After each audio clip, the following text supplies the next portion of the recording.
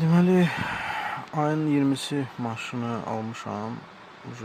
458 kilometr getmişəm. Deməli, 125 kilometr indi tam şarjla getmək olur göstərir. Ümumilikdə burada 458 probekdir gördüyünüz kimi. Deməli, giririk buradan.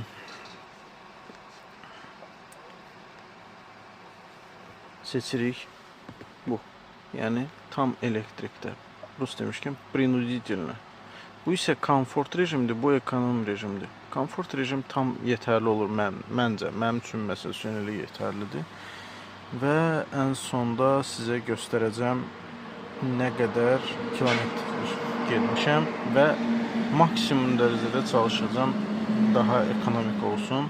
Deməli 125 kilometr, yəni full şarj 4 manat 50 qəpiyə təxminən 4 manat 50 qəpik, 4 manat 70 qəpik arası dəyişir bu belə.